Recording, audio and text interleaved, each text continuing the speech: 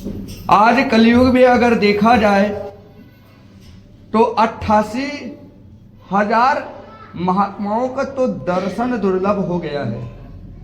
मैं तो बोलता, मैं तो नहीं देखा हूं कि 88,000 महात्मा लोग एक साथ बैठे होंगे। बहुत दुर्लभ हो गया है। यह जो कथा है ना, सतयुग की कथा है। सतयुग में एक नैमिषारण्य तीर्थ रहता था जो हमारे भारत भूमि पे है। वहां पे 88,000 महात्मा लोग, जब कलयुग का आगमन होने वाला था तो ऐसे बैठ करके ज्ञान चर्चा कर रहे थे। आज 4 व्यक्ति अगर बैठ जाता है तो ज्ञान की बातें नहीं होती है। आज हम 4 लोग बैठते हैं तो कहीं पे राजनीति की चर्चा होती है, कहीं पे एक दूसरे की बुराई की चर्चा होती है, कहीं पे काम धंधा की चर्चा होती है। लेकिन कलयुग के प्रकोप के कारण आज भगवान की चर्चा होना बंद हो गया है। बहुत दुर्लभ और भाग्यशाली है कि आज जो है जन्म उत्सव पर भगवान की कथा करने का भगवान ने इनको प्रेरणा दिया और कथा हो रही है। 88,000 महात्मा लोग आपस में बैठ करके कोई टाइम पास नहीं कर रहे थे। उन लोग चर्चा कर रहे थे कि कलयुग आने वाला है और कलयुग में नाना प्रकार के लोग कष्ट से जूझेंगे। किसी की संतान नहीं होगी, जिसका संतान है वह संतान से दुखी रहेंगे। किसी का विवाह लग रहा है, किसी का विवाह नहीं लग रहा है। किसी का घर है तो घर में सुख नहीं, और जिसके पास घर नहीं है वो घर से सुखी। बच्चे हैं, विद्यालय जाते हैं, पढ़ाई नहीं कर पाते हैं, पढ़ाई कर लेते हैं तो नौकरी नहीं लग पाते हैं। तो इस संसार में ऐसा कोई भी व्यक्ति नहीं है कि जो सुखी हो। तो महात्मा लोग बैठ करके चर्चा वही कर रहे थे कि कलयुग आने वाला है और इनका निदान कैसे हो। अब किसी के मत में वो ध्यान नहीं लग रहा था, तो उसी पे सूत जी महाराज जी का आगमन होता है। और सूत जी महाराज जैसी आए तो सब लोग, जितने 88,000 महात्मा लोग थे, किसी को बोलना नहीं पड़ा, सबने उठ करके उसका अभिवादन करने लगा। हमारे घर में भी कभी कोई अतिथि आए, कोई ब्राह्मण देवता आए, हमसे बड़ा आए, तो हमें उठ करके उनका सम्मान करना चाहिए। आज जमाना ऐसा आ गया है कि कोई अतिथि घर में आता है तो हम नौकर रखे रहते हैं, नौकर को बोलते हैं हम काम में व्यस्त हैं, उसको बैठाओ, उसको पानी पिलाते हैं, उनको देते नहीं। ब्राह्मण देवता आए, कोई अतिथि आए तो हमें स्वयं जाकर के उसकी सेवा और सत्कार करनी चाहिए। सब लोग उठ करके सूत जी महाराज का सम्मान किए और सूत जी महाराज का सम्मान करके उनका पूजन आवादन किए। तो सूत जी महाराज कहने लगे कि मैं उम्र में छोटा हूँ, ज्ञान मेरे में नहीं है, कुछ नहीं, और आप लोग मेरा सम्मान क्यों कर रहे हैं। वहां पे ना जाने हजारों वर्ष वाले महात्मा लोग भी थे। ये सतयुग की कथा है, सत्यनारायण भगवान की जो कथा है, सतयुग की पूरी कहानी इसमें लिखी हुई है।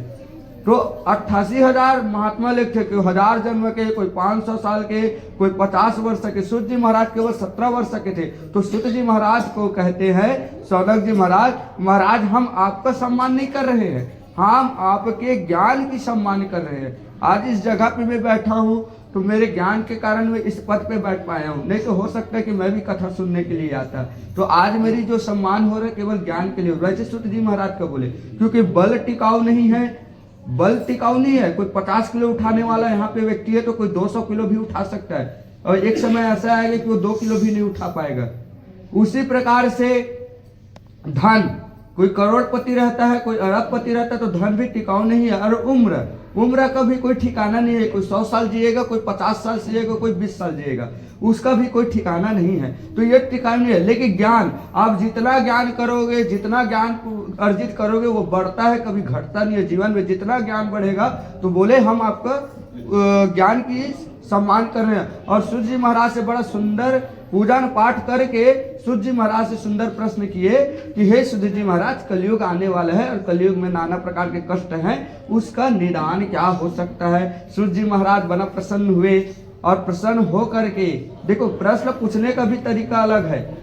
हम आज किसी पंडित जी के पास जाते हैं या किसी के पास जाते हैं तो अपने कष्ट को बताते हैं, अपने दुख को बताते हैं, लेकिन हम अपने मोक्ष के बारे में कभी नहीं पूछते, अपने मोक्ष के बारे में जीवन में कभी नहीं पूछते। हमें प्रश्न ऐसा करना चाहिए जिससे हमारा कल्याण हो।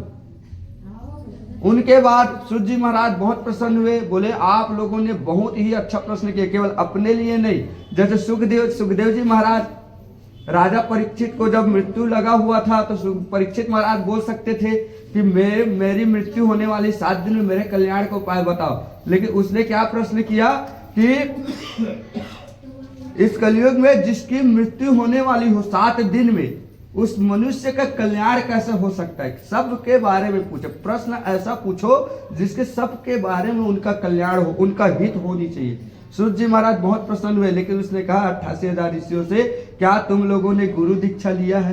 क्योंकि बिना गुरु दीक्षा और गुरु पात्र के बिना कोई भी कार्य संभव नहीं है। तो गुरु दीक्षा ले, बोले गुरु दीक्षा आप ही दे दो। सूर्य जी महाराज से गुरु दीक्षा लिए और गुरु दीक्षा लेकर के फिर बताए कि आप लोग जो भगवान श्री सत्यनारायण भगवान की कथा को सुनो और उसको सुनने से आपकी सभी मनोकामना पूर्ण होगा। धन चाहने वालों को धन मिलेगा, पुत्र चाहने वालों को पुत्र मिलेगा, व्यापार कार्य क्षेत्र में जिसको उन्नति चाहिए उसको उन्नति मिलेगा, विद्यार्थी अगर विद्या चाहते तो उसको विद्या मिलेगा, और जिसको कुछ नहीं चाहिए, निष्काम चाहिए, तो उसको मोक्ष की भी प्राप्ति हो सकती है। लेकिन कब होगा? जब आप निष्काम भाव से मन लगा करके कथा को सुनेंगे। तो शौनक जी महाराज पूछते हैं कि प्रभु आपने तो कह दिया कि सत्यनारायण भगवान की कथा सुन लो, तो इस कथा को कब करना चाहिए? इस कथा को किस दिन करना चाहिए? इस कथा में क्या क्या सामग्री की आवश्यकता पड़ती है, इसको भी बतला दीजिए। क्योंकि कलयुग के आदमी बहुत चतुर है महाराज। कलयुग के आदमी को किसी चीज को करने के लिए करोगे तो 100 लोगों से पहले पूछेगा, फिर जाकर पहले कहते पहले इस्तेमाल करो फिर विश्वास करो। ये कलयुग का जमाना है। तो कलयुग के व्यक्ति के लिए बताइए महाराज जी। तो बोले भगवान श्री सत्यनारायण भगवान की कथा को आप किसी भी दिन सुन सकते हैं, इसके लिए कोई मुहूर्त की जरूरत नहीं है। अच्छे कार्य करने के लिए मुहूर्त नहीं देखना चाहिए, और बुरे कार्य अगर आप करते हो तो उसके लिए मुहूर्त देखो। आए भगवान रावण के बारे में आपने सुने होंगे। रावण महाराज कहते थे क्षीर सागर को मैं मीठे जल से भर दूंगा, लेकिन आज नहीं कल बना दूंगा, और वो कहते कहते उसके प्राणांत हो गए। तो इसी प्रकार से जो शुभ मुहूर्त का और सीता मैया को चुराना हो था तो उसको कल पे नहीं टाले, उसको तुरंत निकाले, उसके सर्वनाश हो गया। इसलिए भगवान की कथा कभी भी सुन सकते हो, उसके लिए न सुबह है न शाम है न रात है। रात को भी आप कथा सुन सकते हैं, ऐसा कहीं पे भी जो है लिखा हुआ नहीं है। कलयुग केवल नाम हरारा काम करते चलो, नाम जपते चलो। भगवान का कथा कभी भी सुन। पूजन करने के लिए आपको स्नान ध्यान सभी चीज करना पड़ेगा, लेकिन भगवान की भक्ति करने के लिए कोई समय नहीं है। काम कर रहे हो, खाना बना रहे हो, राम राम जपते चलो, कृष्ण कृष्ण जपते चलो, गुरु मंत्र जपते चलो। किसी रास्ते पे हो तो राम राम जपो, कृष्ण कृष्ण जपो, तो उसका कल्याण होगा, हर फल आपको प्राप्त होने लगेगा। बोले महाराज जी महाराज जी पूजन में क्या क्या लगता है? तो बोले नवग्रह बना लेना, पंचपाल बना लेना, फूल बेल पत्र इत्र प्रसाद, सवा मात्रा में प्रसाद ले लेना, केला रख लेना, फल रख लेना, श्रीफल रख लेना, और एक योग्य ब्राह्मण को बुला करके भगवान की कथा को सुनना। एक योग्य ब्राह्मण को बुला करके और परिवार बंधु बांधवों को भी निमंत्रण देना। कथा कभी भी अकेले नहीं सुननी चाहिए, सभी को बुला करके कथा को सुननी चाहिए। उसके बाद महाराज बोले कि इस कथा को किसी ने सुना है क्या? क्योंकि कलयुग में व्यक्ति बिना जाने पहचाने किसी कार्य को नहीं करने वाले हैं। तो इस कथा को किसी ने किया है क्या? तो एक बार नारद जी महाराज जो है वैकुंठ में भ्रमण कर रहे थे। वैकुंठ में भ्रमण कर रहे थे तो उसके मन में विचार आया कि चलो मैं पृथ्वी में जा करके देख लेता हूँ, पृथ्वी की वाणी कैसे रह रहे हैं, उनका समाचार सुन लेता हूँ। और नारद जी वैकुंठ लोक को छोड़ करके मृत्यु लोक में आकर के हर प्रकार के घर में गए। ज्ञानी के घर में गए, विद्वान के घर में गए, अज्ञानी के घर में गए, पुत्रवान के घर में गया, जिसके घर में पुत्र नहीं था उनके घर में गया, तीर्थालय में गया, देवालय में गया। ऐसा कोई जगह नहीं बचा महाराज जहां नारद जी महाराज ने जाया। और जहां पे भी जा करके देखते थे ना, तो सब दुखी रहते थे। जिसके घर में धन रहता है वो दान देने से हिचकिचाते रहते हैं, और जिसके घर में धन नहीं है लेकिन उसको देखो तो भंडारा करा रहे हैं, नाना प्रकार के कर्म कर रहे हैं। किसी के घर में संतान है तो इतना परेशान रहते हैं, महाराज जी हमारे सर पे उदम मचा करके रखे हैं, और जिसके यहाँ संतान नहीं हो इतने पूजन पाठ कर रहे हैं, इतने पूजन पाठ कर रहे हैं, फिर भी उनको फल नहीं मिल पा रहे। तो हर प्रकार से नाना प्रकार के कष्ट को जूझे। अब उसके मन में विचार आया कि मैं कलयुग के व्यक्ति को पूछूंगा तो नहीं जान पाएंगे। तो वो क्या किए, वैकुंठवासी जिसने हमको जन्म दिया, जिसकी आप कथा सुन रहे हैं, उनके पास जाकर के ही क्यों ना पूछ लो। और वो श्रीमन नारायण नारायण करते हुए वैकुंठ लोक को प्राप्त हुए।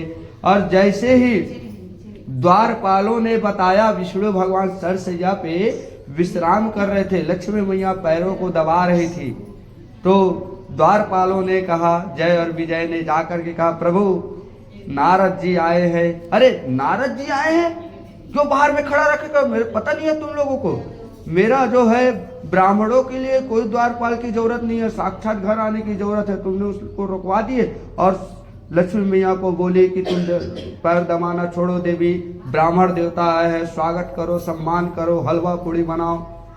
और इधर लक्ष्मी मैया हलवा पूड़ी बनाने लग गए। विष्णु भगवान जो जा करके नारद जी को घर में लेकर के आए, घर में लेकर के आ करके सुंदर उनका पैरों को धोए, तिलक लगाए, आरती किए, तिलक लगाए, चंदन लगाए, और सुंदर उनको भोजन करा करके फिर विष्णु भगवान ने उनको पूछा कि नारद देव क्यों आए हैं। आज कलयुग का जमाना हो गया है, कोई आने से पहले फोन करके आता है, ना जाने यजमान जी घर में होंगे कि नहीं होंगे। अब अगर चले भी गए तो आज कलयुग का प्रकोप है, सब अपने अपने लाइफ में डिस्टर्बेड रहते हैं, मतलब व्यस्त लाइफ हो गया है, किसी के पास किसी के लिए समय नहीं है। आज आप सब लोग आए हैं, कल आप आएंगे तो हो सकता है इसके पास समय नहीं हो, तो आज कथा सुनने के लिए आए तो आपको स्वागत हुआ है, कल आप आए हो सकता है स्वागत हो कि ना हो। तो ये कलयुग का प्रकोप के कारण है। तो विष्णु भगवान कहते हैं कि कभी ब्राह्मण देवता आए, कोई अतिथि आए, कोई गौ माता आए, तो हमें स्वयं जा करके उनका सम्मान करना चाहिए। कोई अतिथि आए तो कम से कम कुछ न दो तो एक गिलास उसको पानी जरूर देना चाहिए, और एक गिलास पानी देने के बाद उसको पूछना चाहिए आप क्यों आए हैं। नारद जी महाराज को सुंदर भोजन वोजन करा करके किए। हमारे घर में हमारे पति आए तो उनको तुरंत अपने जो है कष्टों को, अपने दुख को तुरंत नहीं बताना चाहिए। सुंदर काम करके आया है, व्यापार करके आया है, तो उनको सुंदर पहले पानी दो, उसको विश्राम करने दो, क्योंकि वो एक व्यक्ति पूरे परिवार को चलाता है, और वो परिवार को चलाता है। और जैसे वो बाहर के टेंशन सुन करके आया रहता है और हम अपने टेंशन उनको दे देते हैं, तो उनका मति क्षीण हो जाता है, वो अपने कार्य को अच्छे नहीं कर पाता है। तो उसको पहले पानी पिला दो, उसके बाद उसको भोजन करा दो, उसके बाद जो भी समस्या उसको बताओ प्रेम से, तो आपके सारे कष्ट दूर होंगे। तो नारद जी को वही बताए कि भोजन करा करके पूछे क्यों आए, तो नारद जी बोले प्रभु आप सब चीज जानते हैं, क्यों पूछ रहे हैं। तो बोले कलयुग के व्यक्ति के लिए जानना जरूरी है महाराज, आप ही बताओ। बोले प्रभु मैं पृथ्वी लोक को गया था और सभी लोग नाना प्रकार के कष्टों को जूझ रहे हैं, उनके कष्ट का उपाय बताओ। और उदाहरण सहित बताना महाराज कि किसने किया क्या किया। तो बोले कि जो व्यक्ति मेरी कथा को सुन लेता है, जो सत्यनारायण भगवान की कथा को सुन लेता है, उसकी सारे मनोकामना पूर्ण ऐसी हो जाते हैं। कोई भी कष्ट हो, श्रद्धा भक्ति के साथ सुने ना महाराज, तो उसके सारे मनोकामना पूर्ण हो जाते हैं। नारद जी ने प्रश्न किया महाराज इस कथा को किसी ने सुना है क्या। बहुत अच्छा बात की हो नारद जी महाराज, आप फंसा रहे हो मुझे, लेकिन मैं उसका उदाहरण भी दे रहा हूँ कि इस भगवान की कथा को कौन सुने थे। यहीं पे जो है प्रथम स्कंद की प्रथम अध्याय विश्राम होती है। बोलो सत्यनारायण भगवान की जय। एक बार की बात है, एक गांव में एक ब्राह्मण देवता रहता था। भिक्षा मांग करके जीवन यापन करता था। किसी के घर में सत्यनारायण भगवान की कथा हो तो कथा कराता था, गणपति की पूजा हो तो गणपति पूजा कराता था, विवाह हो तो विवाह का कार्यक्रम कराता था, और मृत कार्य हो तो मृत कार्य भी कराता था। हर घर में, हर गांव में एक ब्राह्मण रहता था। भिक्षा मांग करके जीवन यापन करने लग गया। भिक्षा इसलिए मांगता था क्योंकि पूजन करा नहीं सकता था, वृद्ध हो गया था। विष्णु भगवान ने उनको देखा, सत्यनारायण भगवान ने, कि ये ब्राह्मण देवता कष्ट से क्यों जूझ रहा है, तो उनके पास जा करके ब्राह्मण का रूप धारण करके उनके पास जा करके पूछता है, क्यों ब्राह्मण देवता, तुम्हारी कष्ट का क्या कारण है। वैसे हमारे भी जीवन में आता है कि आपके ऊपर विपत्ति आता है ना, तो कोई ना कोई रूप में, मित्र के रूप में हो, सखा के रूप में हो, रिश्तेदारी के रूप में हो, किसी न किसी रूप में आकर के आपके कष्टों को पूछने वाला होता है। आज के डेट में कष्ट देने वाले ज्यादा मिलते हैं, कष्ट पूछने वाले बहुत कीमत से मिलते हैं, कि तुम सुख में तो हो कि नहीं, क्योंकि सुख को देख करके आप सब जल रहे हैं, लेकिन वहां पे पूछना जरूरी है कि तुम कैसे हो, तुम्हारा परिवार चल रहा है। कितना अगर पूछने वाला मिल जाता तो वही समझ जाना ईश्वर की कृपा से आपको व्यक्ति मिला और आपको कष्ट ऐसे जूझ हो जाएगा। तो बोले, क्यों ब्राह्मण देवता, आप क्यों कष्ट से जूझ रहे हो। तो बोले, मैं वृद्ध हो गया हूँ ब्राह्मण देवता, इसका कष्ट का कोई उपाय हो तो जरूर बतलाएं। तो ब्राह्मण देवता ने उनको कहा कि आप एक बार भगवान सत्यनारायण की कथा को सुन लीजिए। ब्राह्मण देवता ने वृद्ध ब्राह्मण से कहा कि भगवान, मेरे पास खाने के लिए पैसा नहीं है, खाने के लिए अन्न नहीं है, और आप भगवान की कथा के लिए बोल रहे हो, तो उसके लिए भाई सामग्री वगैरह तो लगते हैं। तो इसी प्रकार की सामग्रियों को बताए, और सामग्री ना हो ना महाराज तो आप फूल पान लेकर के भी आप कथा सुन सकते हैं। एक बार विश्वास तो करो इस भगवान के ऊपर, इसके ऊपर विश्वास करके तो देखो। आपके पास धन नहीं होगा तो धन आ जाएगा।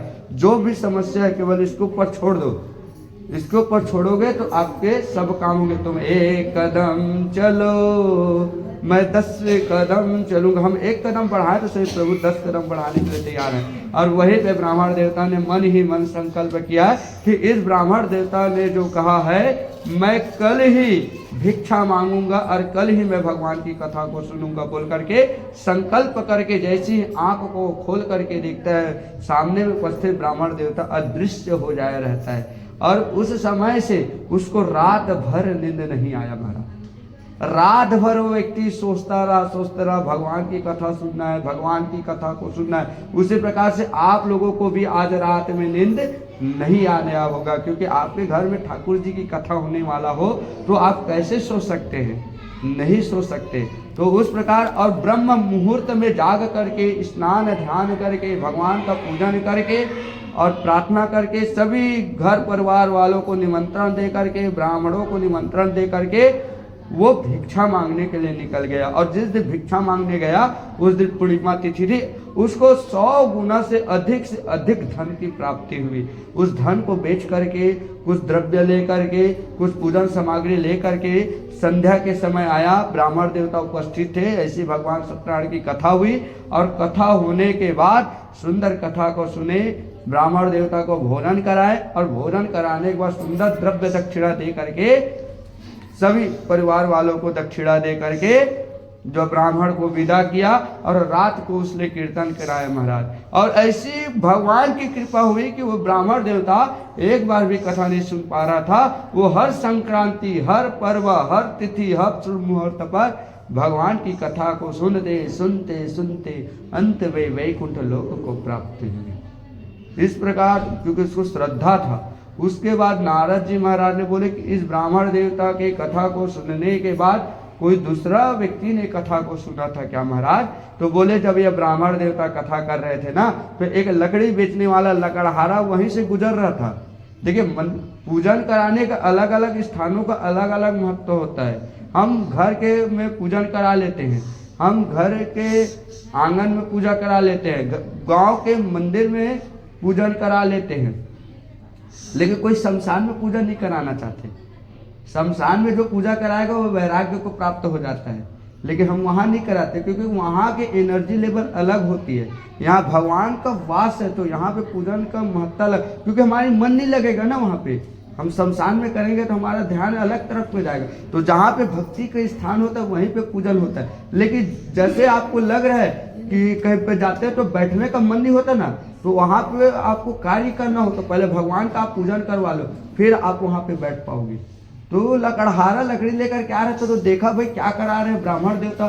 तो ब्राह्मण देवता को देखे तो जा करके पूछे, महाराज आप लोग क्या कर रहे हैं? तो बोले हम भगवान सत्यनारायण की कथा को सुन रहे हैं। तो लकड़हारा ने भी प्रश्न किया कि इसको करने से किस फल की प्राप्ति होती है? भाई आप कुछ चीज को करा रहे हो, जैसे आज हम सब उपस्थित हुए थे यहाँ पे बर्थडे के लिए उपस्थित हुए, सत्यनारायण भगवान की कथा को सुनने के लिए उपस्थित हुए, तो कोई ना कोई तो पूछेगा ना कि इसके घर में क्या हो रहा है। तो वैसे पूछ लिए, तो बोले सत्यनारायण भगवान की कथा हो रही है और इससे जो फल मांगोगे उसकी प्राप्ति होगी। तो लकड़हारा ने पूरी विधि विधान को जाना और वहीं पे संकल्प किया कि कल लकड़ी बेचने से जो फल जो धन मेरे को प्राप्त होगा, मैं कल ही भगवान की कथा को सुनूंगा। और उस लकड़हारा को भी रात भर नींद नहीं आई और सुबह प्रातः काल उठ करके सभी परिवार वालों को उसने भी निमंत्रण दिया। जैसे आज यजमान जी ने आप सभी को आमंत्रित किए। आज कलयुग का जमाना आ गया, मोबाइल में दूर दराज वालों को 4 दिन पहले निमंत्रण देते हैं, तो ताकि वो उपस्थिति हो जाए। आस पड़ोस वाले को तुरंत जाके देते। ये पहले का नियम रहता था, पहले नाव होता था, नाव जो जा करके हाँका देता था कि फलाना अमुक व्यक्ति के यहाँ आज कथा होने वाले, आप सब उपस्थित हो। आज नाव नहीं मिलता तो हमको स्वयं निमंत्रण देना पड़ता है जा करके। उसके बाद लकड़हारा लकड़ी बेचने गया, तो उस दिन महाराज पूर्णिमा तिथि था और पूर्णिमा तिथि को हर घर में भगवान सत्यनारायण की कथा होती है और जहाँ पे भी कथा होती है वहाँ पे हवन जलता है। तो लकड़हारा के मन में बुद्धि आई कि आज पूर्णिमा है, तो मैं जो है आज समिधा लकड़ी काट लूँ। और समिधा लकड़ी को जब गया ना, तो इतना बिका, इतने दोगुने से चौगुने रेट में उसका व्यापार चला। और व्यापार चल करके सुंदर शाम को पूजा सामग्री ले करके आया और बंधु बांधवों के साथ बैठ करके वो भी सत्यनारायण भगवान की कथा को सुना। सोचो, जिस ब्राह्मण के पास खाने के लिए अन्न नहीं था, वो जीवन परिवन एक कथा को सुना। तो जीवन परिवन हम तो साल में एक कथा सुन रहे हैं, वो महीने में 2 बार 3 बार कथा सुन रहे हैं। इन पे भरोसा रखोगे तो आप हर दिन कथा सुन सकते हो। विश्वास कर, भगवान के युग में बोलते हैं कि आप मेरे पर विश्वास तो करो, 1 कदम चलो, मैं 10 कदम करने के लिए तैयार हूँ। कोई भी कार्य कर रहे हो, कहीं भी जा रहे हो, इसको प्रणाम करके जाइए, आपके हर मनोकामना पूर्ण होगा। तो वैसे ही लकड़हारा भी जीवन पर्यंत भगवान की कथा को सुनते सुनते अंत में वैकुंठ लोक को प्राप्ति हुई। इसने संकल्प लिया कि मैं कल ही धन की प्राप्ति होगी, तो मैं कल ही कथा को सुनूंगा। और हम क्या कहते हैं, हमें आज 5 रुपए दे दो, हम शाम को तुमको 10 रुपए दे देंगे। और वो शाम कभी आता ही नहीं है, कई साल चला जाता है। देने वाला मांगता रहता है और जो दिया रहता है मांगते रहता है और देने वाला का पता ही नहीं रहता है। तो जो भी आप संकल्प किए उसको कार्य को पूर्ण करो। ये भगवान सत्यनारायण की कथा कहती है। बोल सत्यनारायण भगवान की जय। यहाँ पे दूसरा स्कंद विश्राम होता है। धूप जला में आगे की कथा को बात करते हैं। एक उल्कामुख नाम का राजा था, उनका कोई संतान नहीं था, लेकिन ठाकुर जी की कृपा से उनके घर में एक संतान की उत्पत्ति हुई। और उसकी उत्पत्ति होने के कारण एक नदी के किनारे एक मंदिर था, वहां पे वो पूजन कर रहा था। तो वहीं पे एक वैश्य ब्राह्मण आया, वैश्य बनिया आया। और बनिया क्या करता था, सोन चांदी का व्यापार करता था। बनिया व्यापारी आदमी था। और बनिया लोगों का जो दिमाग होता है उसको कोई पकड़ नहीं पाता है। वो बनिया वहां पे गया और बनिया ने सोचा कि यहाँ पे ना कुछ मेरे फायदे की बात होने वाली है। क्योंकि बनिया जो होता है ना, बिना फायदे के कहीं पे जाने वाला नहीं है, उसके पास टाइम नहीं होता है, उनको केवल धन चाहिए रहता है। ये ब्राह्मण जब गया, क्योंकि मैं कथा करा तो मेरे को पता है कि इसको क्या चाहिए रहता है। तो ब्राह्मण उसके पास गया और उल्का मुख से पूछता है कि आप लोग क्या कर रहे हो। देखिए पूछने का तरीका, लकड़हारा और ब्राह्मण ने जो पूछा उसको सुनना और ये जो पूछ रहे इसको सुनना। आप लोग क्या कर रहे हैं? तो बोले हम भगवान से सत्यनारायण भगवान की कथा सुन रहे हैं। तो वैश्य ने कहा कि आप सुन तो रहे हो, मैं मार रहा हूं, लेकिन क्यों सुन रहे हो? इसके पीछे रीजन क्या है? भाई सुनने से कुछ तो फल की प्राप्ति होगी। तो उल्का मुख ने कहा कि हमारी कोई संतान नहीं था महाराज, तो हम कथा सुन रहे हैं। अच्छा, ये भगवान सत्यनारायण की कथा सुन रहे हो, उसमें बच्चा प्रदान होता है? महाराज मेरी भी कोई संतान नहीं है, मुझको भी बतला दो। देखो फायदा नहीं होता तो बिल्कुल नहीं पूछता, और उसकी संतान नहीं है तो ये बच्चा प्रदान कर दिया तो पूछ रहे हैं कि इसको सुनने से बच्चा प्रदान हो जाता है। बिल्कुल महाराज, आप श्रद्धा भक्ति के साथ आप संकल्प करिए और मैं आपको प्रसाद दे रहा हूँ। इस प्रसाद को भगवान को निष्ठा रख करके घर जाना और घर जा करके अपने पत्नी को खिला देना। और ये बस ये जो वैश्य जो है व्यापार करने वाला, ये पूरा घर में गया और बोले सत्यनारायण भगवान की प्रसाद है, सत्यनारायण भगवान की प्रसाद कहते कहते घर में गया और घर में सिटकनी को खटखटाया और खटखटाने के बाद लीलावती जान गई कि पतिदेव आ गए। तो एक गिलास में पानी लेकर दौड़ते दौड़ते आ रही थी। बोले राम दे तो पानी लेती आती है। बोले क्या हुआ? अरे राम दे तो पानी पी, आप बहुत जरूरी बात करने। वो पास में आई, क्या हो गया पतिदेव बताइए क्या हो गया? अरे मैं व्यापार करके आ रहा था तो नदी के किनारे के पास एक मंदिर पड़ा, उस मंदिर में एक उल्का नाम का राजा है ना, वो पूजन करा रहा था। अब देखो उसने क्या बताया और इसने क्या सुनना। तो उसने बोला कि संतान पैदा करने वाला कथा सुन रहा था उल्कामुख के नाम के राजा। उल्कामुख के नाम राजा ने क्या बताया? सत्यनारायण भगवान की कथा का प्रसाद है। और ये लीलावती को क्या बता रहे? वो उल्कामुख का राजा जो है संतान प्राप्त करने वाली कथा सुन रहे थे। तो लीलावती आज मैं इस प्रसाद को स्पर्श करके कह रहा हूं कि जिस दिन मेरे घर में, जिस दिन बोल रहे, देखो बहुत सोच समझ के काम कर रहे हैं ना, इसको मैं बताऊंगा। जिस दिन मेरे घर में संतान की उत्पत्ति होगी उसी दिन मैं भगवान सत्यनारायण की कथा को सुनूंगा। आप मेरे को बतलाइए, आपके घर में जिस दिन बच्चा होगा आप पूजन कर सकते हो? भाई 6 दिन आप पूजन ही नहीं कर सकते, आपके यहाँ सूतक काल लगा रहेगा, तो आप कहाँ से पूजन करोगे? ये बहुत सोच समझ के उस कथा को बता रहा है कि जिस दिन संतान होगी उसी दिन मैं कथा सुनू। भगवान को फंसा दिए। भगवान बोले वैश्य ब्राह्मण तय वही दिन कथा सुन ले भी। जब बोले संकल्प, भगवान ने इतना आशीर्वाद दिया, 3 महीने में उसकी पत्नी लीलावती गर्भावस्था को धारण की और 9वें महीने में कन्या रत्न की प्राप्ति हुई। देखो कन्या रत्न की प्राप्ति पे हमें घबराना नहीं चाहिए, वो लक्ष्मी होती है। और कन्याओं को कभी भी किसी भी ब्राह्मण को भी प्रणाम नहीं करना चाहिए, इतना उसका सम्मान होता है। कन्याओं को किसी का प्रणाम नहीं करना चाहिए, कन्याओं को हमें प्रणाम करना चाहिए। श्रीमद् भागवत कथा में भी आता है, प्रथम जब इस सृष्टि की उत्पत्ति हुई थी तो कन्या की प्राप्ति पहले हुई थी। पहली कन्या आई है, उसके बाद उसके पुत्र लोग आए हैं। मनु और शत्रुपा के जब संतान हुई तो कन्या आई, तो कन्या रत्न की प्राप्ति हुई। फिर भी वो खुश हुआ, लेकिन थोड़ा सा दुख तो होगा ना, पुत्र आ जाता तो बात अलग हो जाता। अब इधर छठी हो गया, बरही हो गया, सब चीज हो गया, लेकिन भगवान की कथा को बनिया भूल गया, क्योंकि पैसा लगने वाला था ना। तो एक दिन वैश्य खाना खाने बैठा हुआ था। तो देखो जो संकल्प लेता ना, पुरुष जल्दी भूल जाता है, महिलाएं नहीं भूलती। अगर अपमान भी हुआ रहेगा ना, पुरुष तो एक बार भूल जाएगा, चलो गलती हो गया तो भूल जाए, लेकिन महिलाएं कभी नहीं भूलेगी। किसी घर में अपमान हुआ रहेगा ना तो जिंदगी भर वो याद रखेगी। भूलना चाहिए हमें जीवन में। तो उसको याद था कि मेरे पति ने संकल्प लिया था 9 महीना पहले, तो बड़ा प्रेम से पूछी। मैं पूछा ना, खाने के समय ही बोलना, खाने के समय बैठ करके और आराम से पूछना, एक बात है स्वामी जी। तो बोले क्या हुआ? अरे तो 9 महीना पहले संकल्प ले रहे जी कि कन्या रत्न की प्राप्ति हुई दिन हम कथा सुनबो। आज कथा छठी उठी तक हो गए, 6-7 दिन हो गए। अब वो भगवान के कथा ला तो सुन लेते, दिमाग चकरा गए ओखर, तो दिमाग खराब हो गए का? छठी माते का करोड़ रुपए में खर्चा करे होता है भगवान की कथा सुनने में। भगवान की कथा सुनना है ना, एक शादी में सुन ले। तो देखिए आपकी जिंदगी में एक बार हार्ट अटैक आएगा ना, तो एक बार में माफ हो सकता है। भगवान ने क्षमा याचना किया।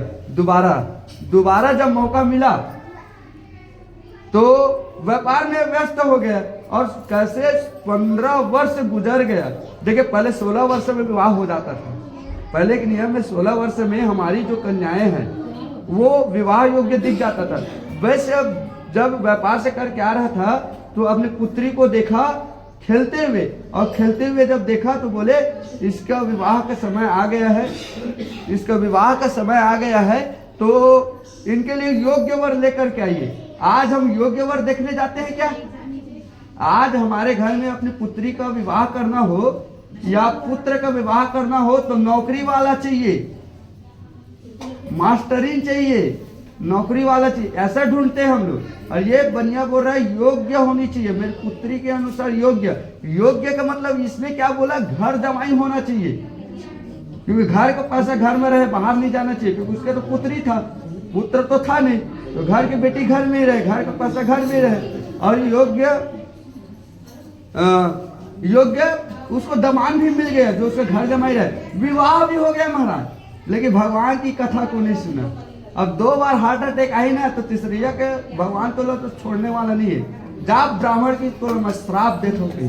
अब देखो एक गलती करेगा तो उसके पूरे परिवार को भुगतना पड़ रहा है। जिससे घर में नौकर चाकर था सब समाप्त हो गया। और ये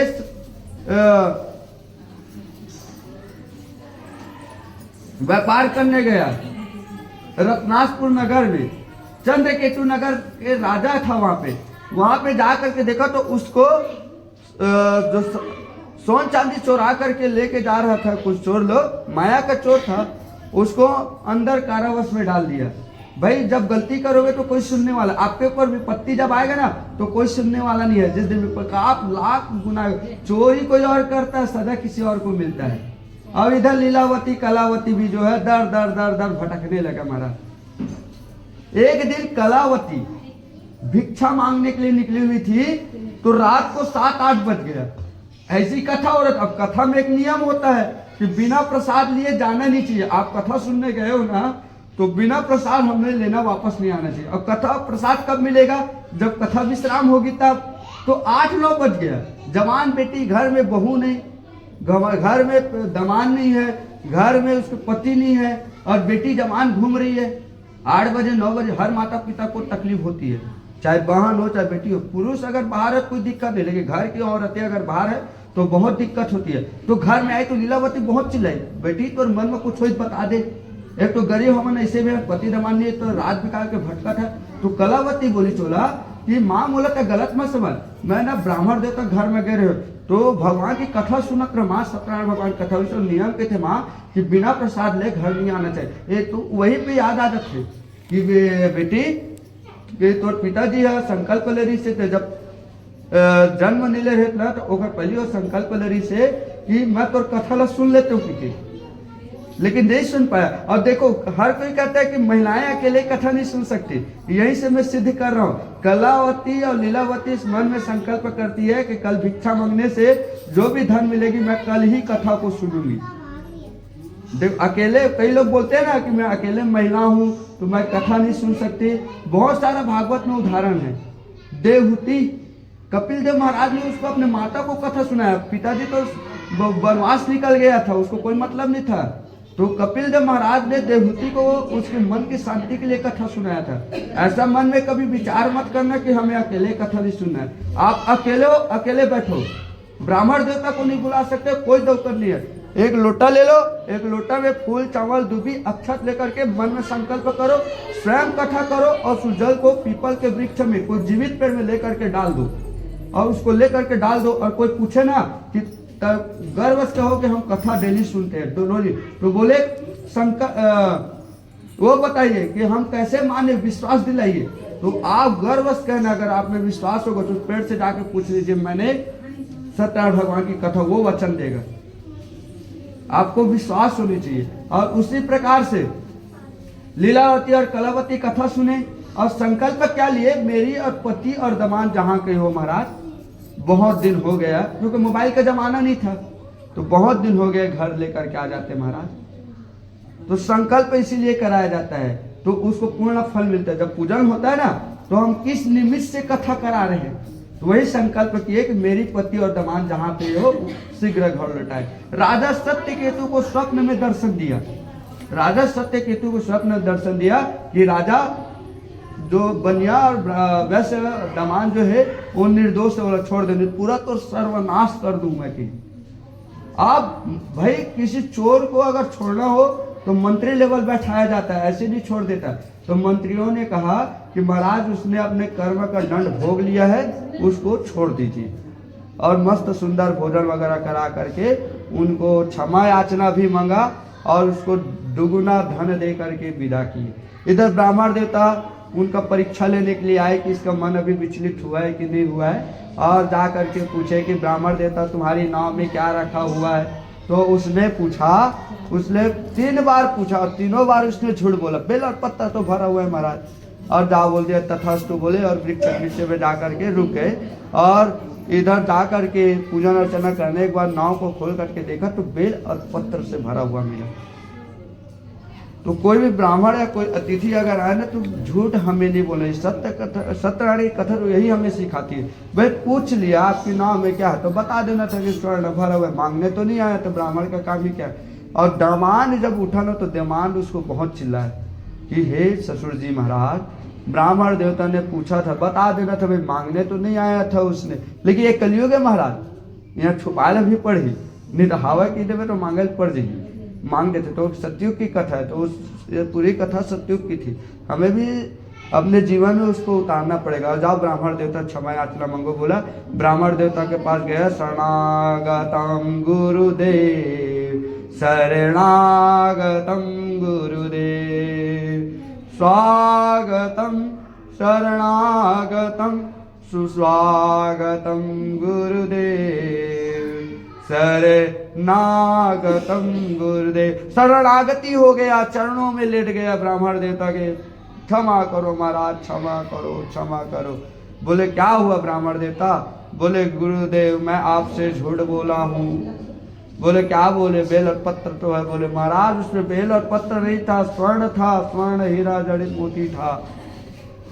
बोले आपके वचन के कारण बेल और पत्र हो गए। बोले ब्राह्मण देवता तूने बार बार मेरी कथा का उल्लंघन किया, इसलिए मैंने तुझे घोर कलयुग दिया, कष्ट दिया। तो वहीं पे ब्राह्मण देवता कहते हैं महाराज आपकी पूजन को ब्रह्मा विष्णु महेश कोई देवी देवता नहीं कर सकते महाराज, मैं तो कलयुग का व्यक्ति हूँ महाराज, क्षमा करो महाराज, क्षमा करो।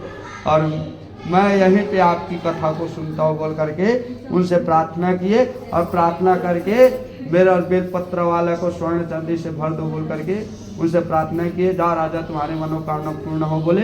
वहीं पे सत्यनारायण भगवान की कथा हुई। इधर कलावती लीलावती भी कथा सुन रही थी।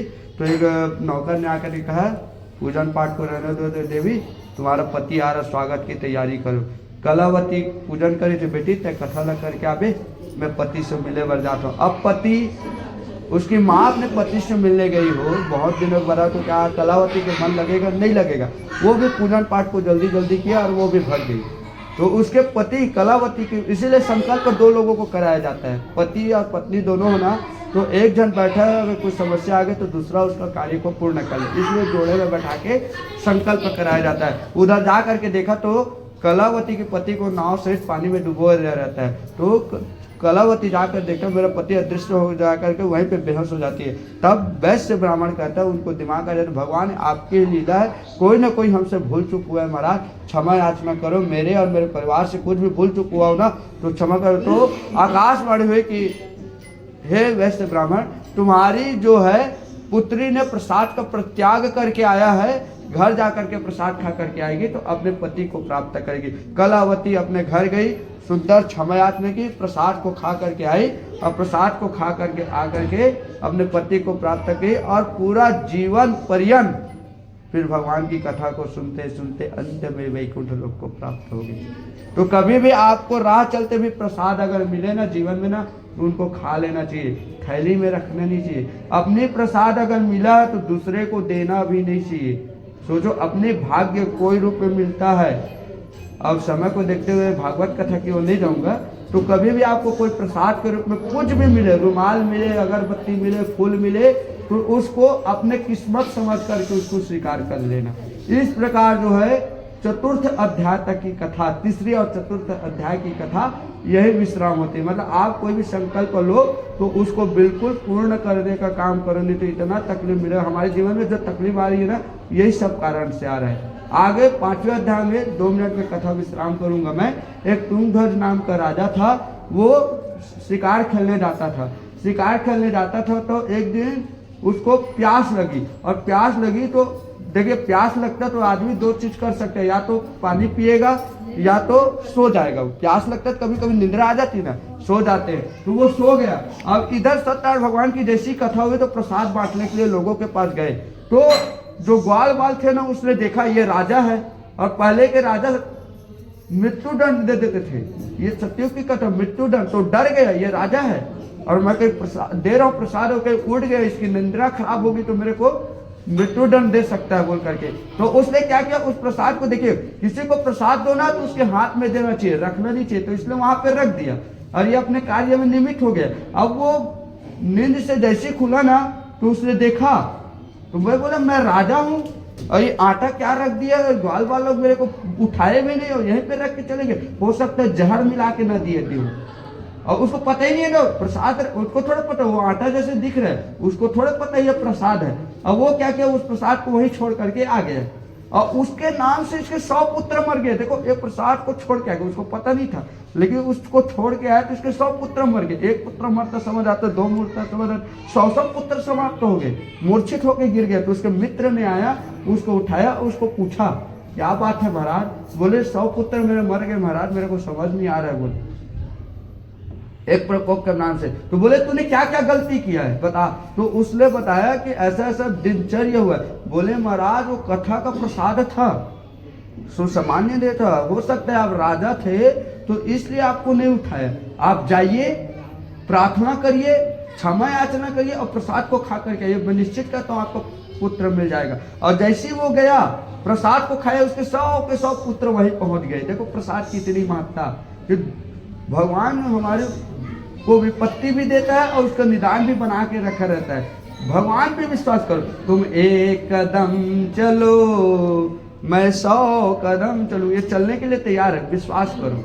यही भगवान की कथा है। और प्रसाद को खाते खाते अंत में वो भी वैकुंठ लोक को प्राप्त हुए। प्रसाद का मतलब क्या होता है? जिस चीज में प्रसाद हो गया यानी प्रभु साक्षात दर्शन। आपको एक सेव भी मिल गया तो उसमें प्रसाद का दर्शन करो। आप सेव दुकान में जाते हो तो मुझको सेव दो बोलते हो, लेकिन मंदिर में जाते हो तो आप हमको प्रसाद दो बोलते हो। क्यों बोलते हो? क्योंकि भगवान को अर्पण हो जाता है। आप कोई वस्त्र लेके आओ, भगवान को अर्पण करो और स्वयं पहनो। और कोई पूछे ना काहे, तो बोलते भगवान का प्रसाद को हम धारण किए। कोई फल लेके आओ, भगवान के लिए भी लेकर, लेकिन हम लोग भगवान के लिए लेके नहीं आते हो। भगवान में भगवान को बैठा देते हैं घर में, और एक काड़ी अगरबत्ती नहीं जला सकते। इतना व्यस्त है कलयुग में कि हम उसको एक काड़ी अगरबत्ती भी नहीं जला सकते। मत बैठाओ, अगर आपके में क्षमता नहीं है, आप उसको समय नहीं दे पा रहे हो ना, तो भगवान की स्थापना आप बिल्कुल मत करिए। किसी को वादा मत करिए, झूठा वादा मत करिए। भगवान सत्यनारायण की कथा यही सिखाते हैं। हम हजारों बार सत्यनारायण भगवान की कथा सुन ले, लेकिन अपने जीवन में अगर झूठ बोल रहे हैं ना, बार बार झूठ बोल रहे हैं ना, तो आप हजारों कथा सुन लो, कोई फल मिलने वाला नहीं है। आप कथा मत सुनो और हमेशा सत्य के रास्ते पे चलो। आपको भगवान की कथा सुनने के लिए जरूरत नहीं। भगवान तो बोलता है केवल मेरा नाम लो, पूजन करने की जरूरत नहीं है। केवल मेरा नाम लो, मेरे तीर्थालय जाने की भी जरूरत नहीं है। आप मेरा नाम लो। केवल नाम में क्या क्या नहीं तर गए, रावण जैसे भी आदमी तर गए केवल नाम ले। हालांकि वो दुश्मनी से राम का नाम लेता था, लेकिन वो तर गए। कंस दुश्मन था ना कृष्ण का, तर गया। क्यों तला? कलयुग केवल नाम आधारा, असुमर ही सुमर ही नर उतरी वाला। तो कलयुग में केवल इतने ही प्रार्थना में राम का नाम ही सत्य है। और राम का नाम सत्य केवल कब कहते हैं? जब हम शमशान घाट जाते रहते हैं तब। बाकी समय सब धन सत्य है, बेटा परिवार सत्य है, रिश्ते परिवार सत्य है, बाकी नहीं मानते। लेकिन वो कोई सत्य नहीं है, केवल भगवान का नाम ही सत्य है। इस प्रकार आज जो है बेटी अभी पुत्री यजमान जी की पुत्री तान्या वैष्णव के जन्म उत्सव पर मेरे वाणी द्वारा भगवान की आज की जो कथा से जो भी फल की प्राप्ति हो उनके जीवन में, उनके उज्जवल भविष्य के लिए, यजमान जी के परिवार के लिए, उसके उज्जवल भविष्य के लिए, और जितने लोग भी जो हैं इस कथा को रसपान किए हैं उनके भी जीवन में, और YouTube के माध्यम से जो भी कथा का रसपालन करे सबके जीवन में भरपूर आनंद की प्राप्ति हो। इस प्रकार कथा का विश्राम यहीं पे होती है। बोल सत्यनारायण भगवान की, वृंदावन बिहारी लाल की। कथा